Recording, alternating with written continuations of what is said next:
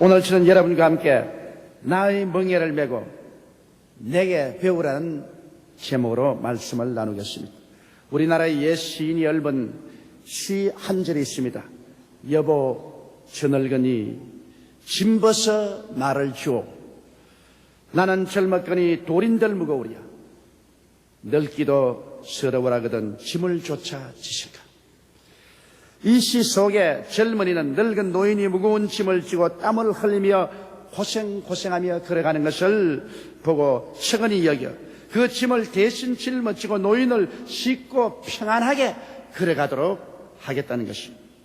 예수님께서는 사람들이 무거운 짐을 지고 고생하는 것을 보시고 수고하고 무거운 짐진 자들은 다 내게로 오라. 내가 너희를 쉬게 하라.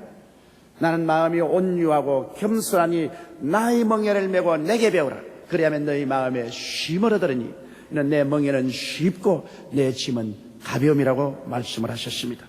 이곳에서도 예수님께서는 우리를 쉽고 가볍게 인생길을 걸어가도록 우리의 짐을 대신 져 주시겠다고 간절히 초청하고 계십니다. 이 얼마나 은혜로운 초청이 아니고 무엇이겠습니까?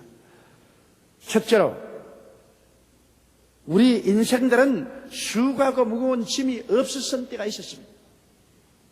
하나님께서 에덴의 낙원을 지으시고 아담을 그곳에 살게 하셨을 때는 하나님께서 친히 에덴의 모든 것을 준비하셨습니다. 삶의 모든 것을 하나님이 돌보셨습니다. 아담은 오직 하나님을 믿고 순종하며 섬기며 살면 그 외의 것은 하나님이 직접 책임을 져주셨습니다. 그렇기 때문에 아담과 하와가 수고하고 무거운 짐을 질 짐이 전혀 없었습니다. 하나님이 다 돌보시고 책임지는데 무슨 짐을 질 수가 있겠습니까? 훌륭한 부모님 슬하에서 성장하는 어린이들은 무엇을 먹을까, 무엇을 마실까, 무엇을 입을까, 어디에서 잠을 자며 어떻게 살아나갈까 등의 걱정은 아예 도무지 할 필요가 없습니다. 왜냐하면 그 모든 것은 부모님이 책임지고 돌봐주시기 때문에 그들은 염려와 근심에서 자유롭고 수고하고 무거운 짐에서 해방되어 즐겁게 살아갈 수가 있는 것입니다. 그러나 장성하여 부모의 슬하를 떠났을 때 그때부터는 인생의 수고하고 무거운 짐을 짊어져야만 합니다. 왜냐하면 이제는 자기 삶을 자기가 책임지고 돌봐야 되기 때문인 것입니다. 자기의 삶을 남이 돌봐줄 때는 평안하게 살 수 있지만은 자기가 책임지고 자기가 돌봐야 될 때는 그때부터 수고하고 무거운 짐을 짊어져야만 되는 것입니다. 둘째로 수고하고 무거운 짐이 생긴 이유는 바로 선악과의 시험 때문인 것입니다. 하나님께서 에덴의 모든 환경을 다 정비하고 예비해 놓으시고 아담과 하와에게 말씀하기를 동산의 모든 실과는 다 먹되 동산 중앙에 있는 선악을 아는 실과는 먹지 마라. 먹는 날에는 너희가 반드시 죽으리라고 말씀하셨습니다. 그 선악과의 시험은 무엇일까요? 선악과는 하나님의 주권을 상징하는 것이기 때문에 너희가 선악과를 먹지 않으므로 하나님의 주권 하에 살 것이냐, 선악과를 따먹고 하나님의 주권을 벗어나서 너희 주권으로 살 것이냐, 이것을 결정하는 것입니다. 또다시 하나님의 돌보심 하에서 살 것이냐, 그렇지 않으면 너가 너 자신 인생을 책임지고 살 것이냐, 이것을 선악과 앞에서 선택하는 것입니다. 그런데 아담과 하와는 마귀의 꾀임을 받아서 그만 그 선악과를 따먹고 하나님께 저항하고 배반하고 말았습니다. 선악과를 따먹음으로 말미암아 하나님의 주권하에 살지 아니하고 이제는 내가 나를 다스리며 내 스스로가 내 인생의 선악을 판단한 주권자가 되겠다고 선포했습니다. 그리고 자기 운명은 자기가 돌보겠다. 하나님께 돌봄을 받을 필요 없다. 하나님께서 우리 인생 책임질 필요 없습니다. 내 인생 내가 책임지겠습니다. 그렇게 선언한 것입니다. 그 결과로 하나님의 주권이 거하시고 하나님이 지으시고 돌보시는 에덴에 이젠 더 이상 살 수가 없습니다. 자기의 독립을 선포한 이상 그는 에덴에서 쫓겨나고 마는 것입니다. 그리고 에덴에서 쫓겨난 이상 이제 자기 운명은 자기가 책임져야 되는 것입니다. 그래서 오늘 이 말씀 가운데 보면 셋째로 수고하고 무거운 짐을 진 인생이 되어버리고 마는 것입니다.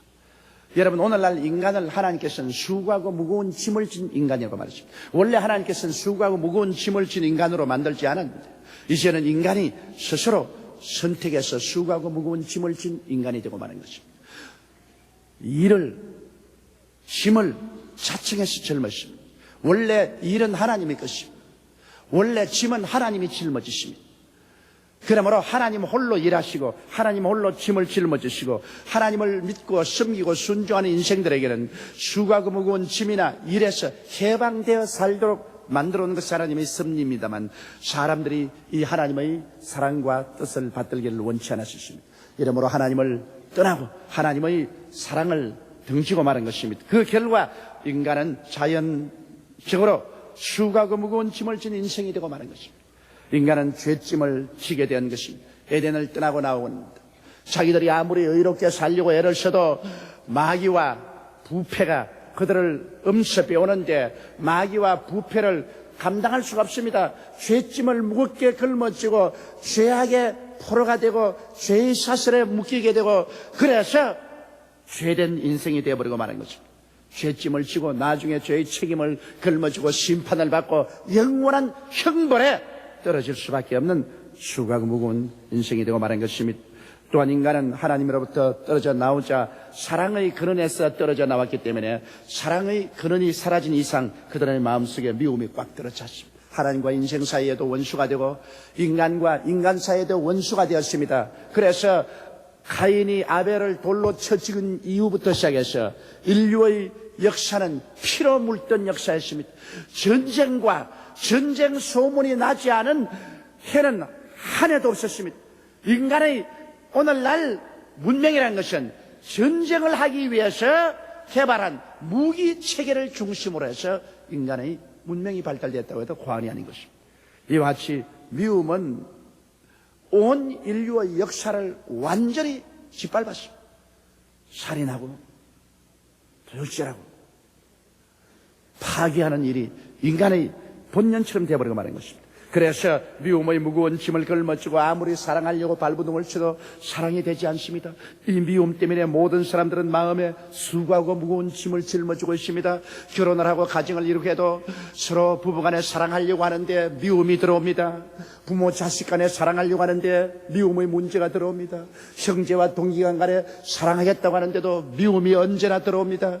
이웃 간에 사랑하고 살려고 하는데 사랑보다도 미움의 무거운 짐이 들어와서 모든 사람들을 갈라놓고 마는 것입니다. 그뿐 아니라 인간은 하나님을 떠나자 말자 질병의 무거운 짐을 짊어지게 된 것입니다. 사람들은 이제 한 번 나서 죽게 되어 있습니다만 죽을 때까지 무거운 질병을 걸머쥐게 되었습니다. 가지가지 질병으로 고생을 합니다. 아무리 과학이 발달되어서 좋은 의약품이 많이 나왔다 해도 그 약품으로 도저히 정복할 수 없는 질병들이 우리 사회에는 꽉 들어차 있습니다. 이러므로 인간은 수고하고 무거운 질병의 짐을 짊어지고 고통 가운데 몸부림치며 살 수밖에 없는 운명에 처했습니다.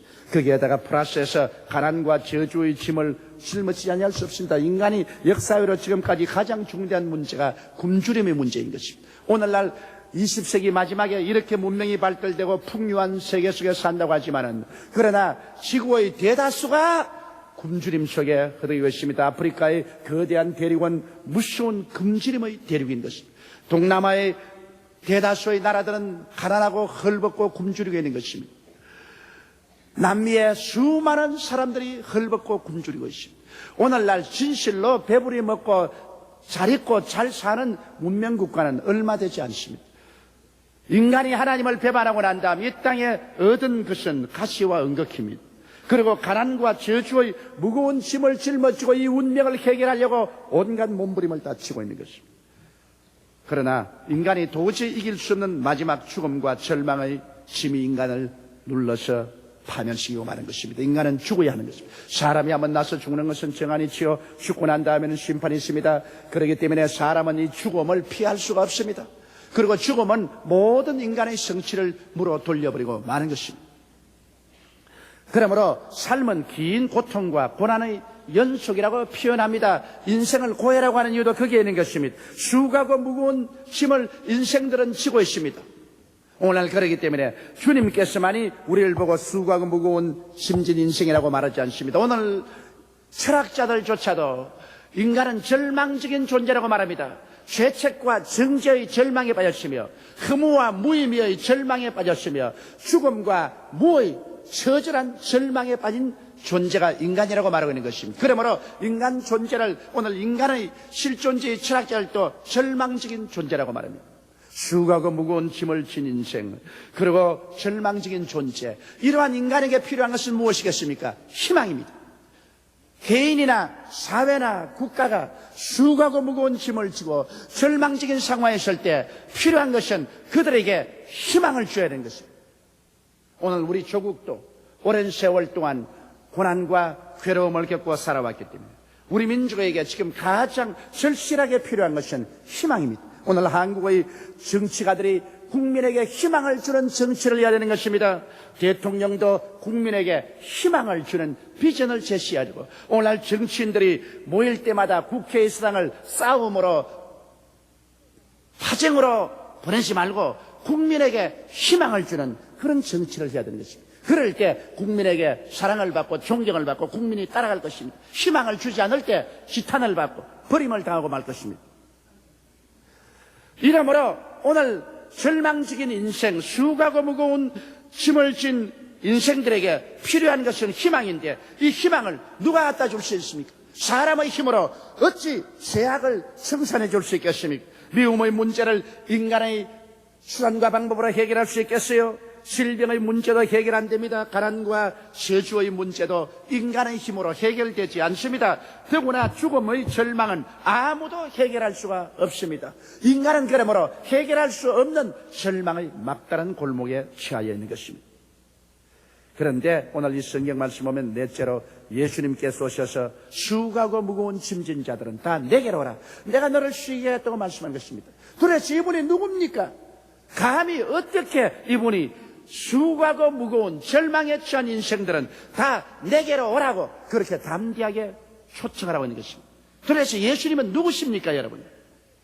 예수님은 이 땅에 육신을 쓰고 오시기 전에 야훼 하나님 아버지와 더불어 야훼 하나님 아들로서 아버지의 뜻을 쫓아 그가 말씀으로 하늘과 하늘들의 하늘을 지었었으며 땅과 바다와 그 가운데 모든 것을 지으시니가 바로 예수님이신 것입니다. 성경에 태초에 말씀이 계시니라, 이 말씀이 하나님과 함께 계셨으니 이 말씀이 곧 하나님이시니라, 만물이 그로 말미암아 지은 바 되었으니 지은 것이 하나도 그가 없이는 된 것이 없나니라고 말하는 것입니다.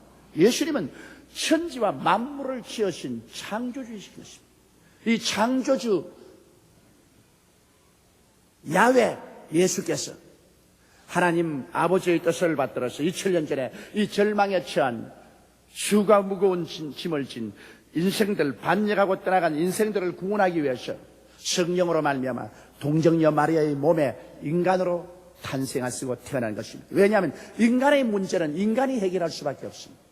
인간의 문제를 하나님이 짊어질 수 없습니다. 인간의 문제를 짐승이 짊어질 수 없습니다. 인간의 문제를 천사들이 짊어질 수 없습니다. 인간의 문제는 사람이 와서 해결해야만 됩니다. 그래서 하나님 아들 예수께서 하나님이시면서 창조시면서 그 영광 다 벗어버리고 마리아의 몸을 통해서 사람으로 태어났고, 사람으로 태어났으며 30세까지 사람으로 모든 갓난 신고를 다 겪으면서 주님이 자라났습니다. 하나님 때가 오매 요단강에서 세례를 받고 그가 일어날 때 하늘 문이 열리고 하늘에서 소리 있어 가라되 이는 내 사랑하는 자요 내 기뻐하는 아들이라고 말한 것입니다.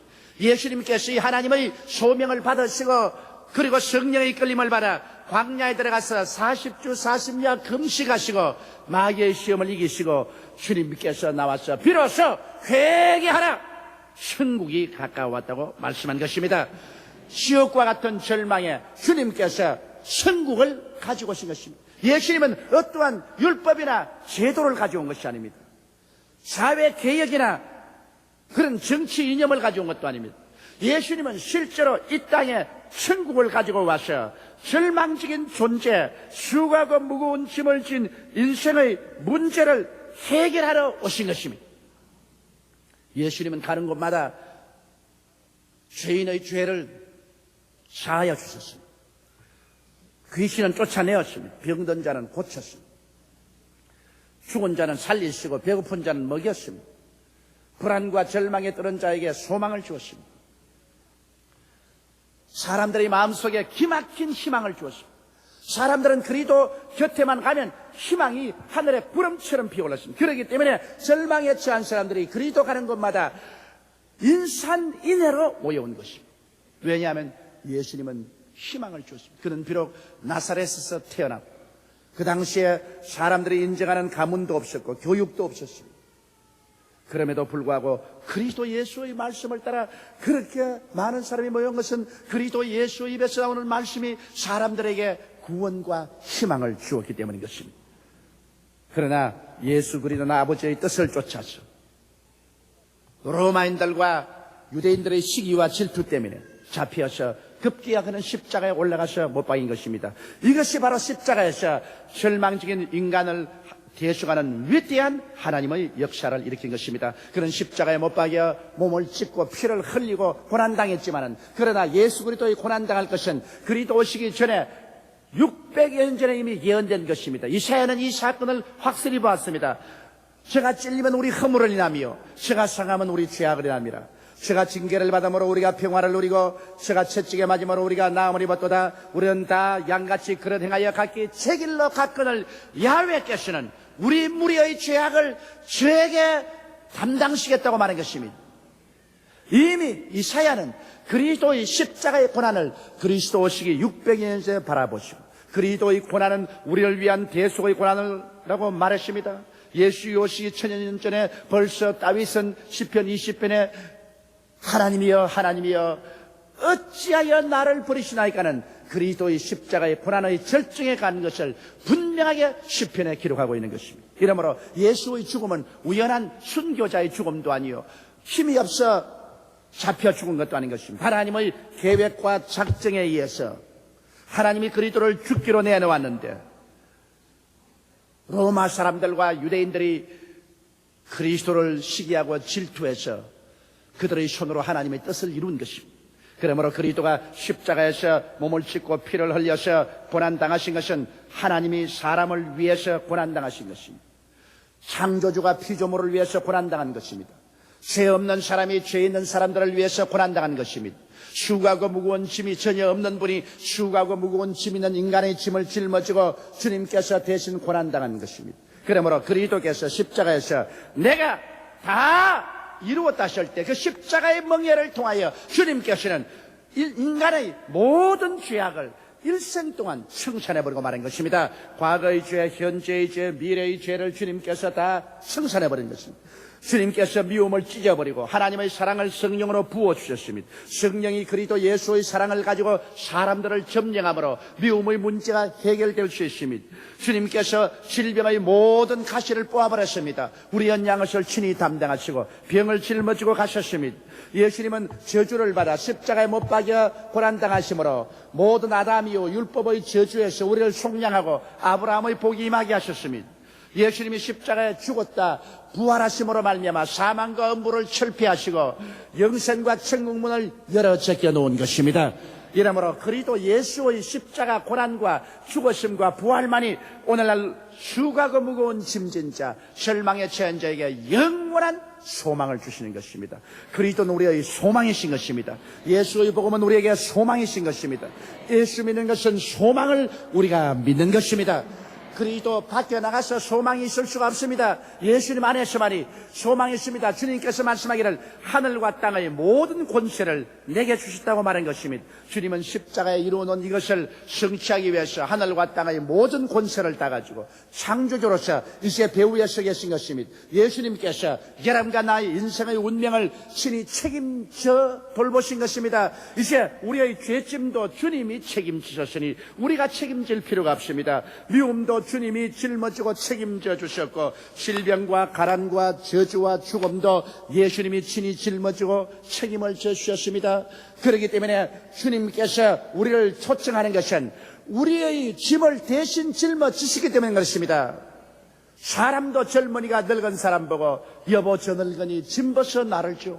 나는 젊었거니 둘인들 무거우랴. 늙기도 서러워라거든 짐을 조차 지실까 하면서 늙은이의 짐을 젊은이가 받아 짊어짐으로 늙은이를 짐에서 해방시켜 쉽고 가볍게 걸어가게 하는 것처럼 예수님 친히 우리에게 오셔서 그런 십자가를 통하여 우리의 모든 짐을 다 해결하시고 난 다음 수고하고 무거운 짐진 자들은 다 내게로 오라. 남녀 노유 빈부 귀천 동서양을 막론하고 내게로 오라. 내가 너를 쉬게 하리라. 할렐루야. 주님께서 우리의 짐을 대신 책임 안 지셨다면 어떻게 우리가 쉴 수가 있습니까? 주님은 오늘 이 시간에 여러분과 나의 짐을 지시는 하나님이시며 여러분의 짐과 수고로움을 대신 짊어지고 문제를 해결하기를 원하시는 것입니다. 그러면 어떻게 할까요? 예수님께서는 나의 멍에를 메고 내게 배우라고 말한 것입니다. 나는 마음이 온유하고 겸손하다고 말했습니다. 예수님의 멍에란 마음의 온유와 겸손을 말한 것입니다. 하나님께서 아무리 아담과 하와를 위해서 돌봐주고 그들의 인생을 책임져 주려고 해도 아담은 고집스러운 마음을 가졌습니다. 그래서 하나님의 명령에 순종하지 않고 하나님을 믿지 않았었습니다. 그렇기 때문에 다시 주님은 말씀합니다. 나는 마음이 온유하고 겸손한 하나님이다. 내가 너희를 책임지고 내가 너희 짐을 져주기를 원하니 온유한 마음을 가지고 나오라. 온유한 마음이란 부드럽고 유순하여 잘 길들임을 받아서 주인을 따르고 믿는 것을 말하는 것입니다. 여러분 가축들은 들짐승과 달라서 유순하고 길이 잘 들여져서 주인을 믿고 따라가는 것입니다. 죽이는 데 끌고와도 꾸벅꾸벅 따라가는 것이 가축인 것입니다. 온유한 마음을 가진 사람은 부드럽고 유순하여 주인을 믿습니다. 주님께서 말씀하기를 나를 좀 믿어다오. 내가 너희 모든 짐을 다 짊어졌으니 그러므로 나를 믿고 너희 짐을 내게 맡겨버리는 것입니다. 눈에 아무 증거 안 보이고 귀에는 아무 소리 안 들리고 쓰는 잡히기는 없어도 지금 내가 볼 때는 나의 삶이 엉망이 되는 것 같이 보일지라도 인간의 척도로 재지 말라. 하나님께서 창조적으로 모든 것이 합동하여 유익이 될 수 있으니 온유한 마음으로 내게 맡겨라. 고집스럽게 네가 걸머지고 네 힘으로 문제를 해결하겠다고 선악과를 따먹고 너가 스스로 이게 좋다 나쁘다 그런 결정하려고 하지 마라. 온유한 마음으로 내게 맡겨라. 내 짐을 야훼께 맡겨버리라.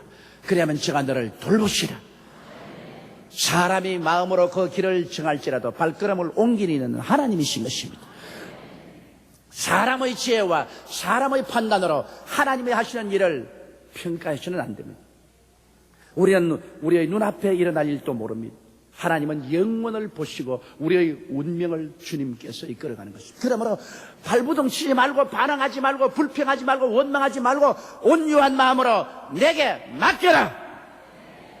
이스라엘 백성이 애굽에서 나왔으나 그들은 고집스러웠습니다. 하나님이 인도해 가는데 왜 이 길로 인도해 갑니까? 왜 길이 험합니까? 왜 괴롭습니까? 왜 만나를 줍니까? 고집스럽게 저항을 했습니다. 그 결과로 주님은 이스라엘 백성을 적과 꿀이하는 가나안 땅으로 데려갈 수가 없었습니다. 온유해야지. 고집스럽게 불평하고 원망하고 탄식하고 저항하고 반항하지 말고 주님께 전폭적으로 부드럽게 내어 맡기는 것입니다. 할렐루야. 물에 빠진 사람이 발부둥을 칠 동안에 그를 건지러 들어가면 건지러 들어간 사람까지 잡혀서 죽습니다. 물에 빠진 사람이 축 늘어져서 온유하게 그 몸을 맡길 때야 건져낼 수 있습니다.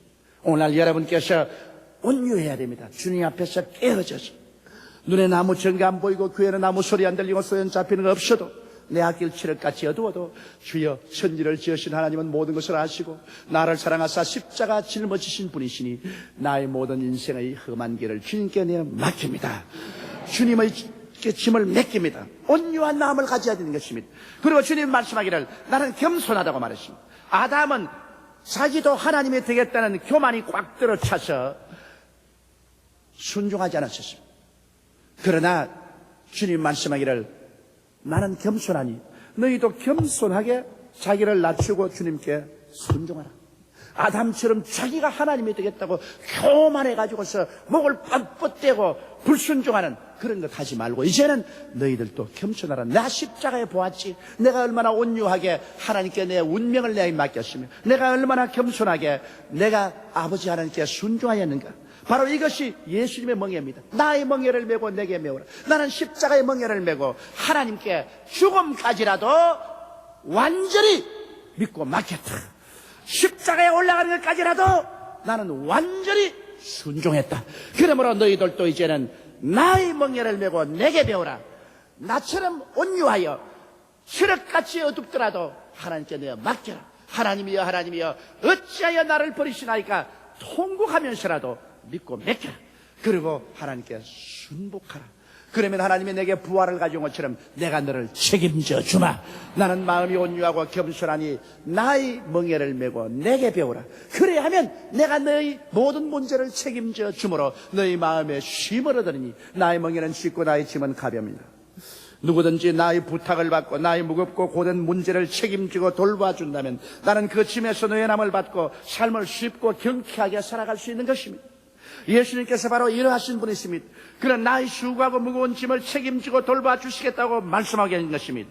그러므로 예수님의 그 발 앞에 엎드려 온유하게 그 품에 모든 것을 믿고 내어 맡기고 겸손하게 성령이 인도하는 대로 따라가면 우리의 마음속에 큰 쉼을 얻고 평안을 가지고 살아갈 수 있고 주님이 우리 위해서 직접 일하여 주시기 때문에 모든 일이 합리하여 끝에는 선을 이루게 되는 것입니다. 너희를 향한 나의 마음은 환난이 아니요 평안이요 너희에게 소망을 주는 것이라고 예레미야서에 하나님은 말씀하고 계신 것입니다. 우리 다 같이 고개 숙여 기도드리겠습니다. 전능하시고 거룩하신 하나님 아버지, 우리가 조금도 잘나지도 못한 우리가 고집이 세어가지고 자기 마음대로 하려고 하고 완악하고 교만해서 불순종한 성품을 우리 조상 아담 하와 때부터 받아가지고 하나님을 저항하고 반역하고 대적하고 살면서 수고하고 무거운 짐을 짊어지고 찢기고 밟히고 짓눌려서 죽어가고 있습니다. 하나님 아버지요, 오늘 예수님께서 우리를 구하기 위해서 사람으로 오셨고 하나님 앞에 온유한 마음으로 죽음까지도 다 믿고 맡기고 처절한 고통에도 순종하고 따라가므로 우리를 구원에 인도한 것처럼 우리도 예수의 멍에인 십자가를 걸머지고 나를 십자가에 못 박고 온유하고 겸손하여 하나님께 전적으로 맡기고 순종하고 따라가는 우리들 되게 도와주시옵소서. 자꾸만 왜 이리 갑니까? 왜 이렇게 됩니까? 왜 나를 이렇게 합니까? 그런 질문하지 말고 온유하게 맡기고 묵묵히 순종하고 따라가면 우리 주님께서 천지를 지으신 하나님이 만유를 다스리는 지혜를 가지고 천국의 터널을 지나서 우리에게 밝은 아침으로 이끌어갈 줄로 믿습니다. 이러므로 아버지여, 우리에게 온유하고 겸손한 마음 가르쳐 주시옵소서. 오늘 성찬을 뗄 때 바로 그 십자가에서 주님이 온유하고 겸손하셔 이 몸을 찢고 이 피를 흘린 것처럼 우리가 이 몸을 먹고 이 피를 마실 때 주의 온유하고 겸손한 성품을 받아들이게 도와주시옵소서. 온유하게 믿고 겸손하게 따르는 우리들이 다 되게 도와주옵소서. 우리 주 예수님 이름으로 기도드리옵나이다. 아멘.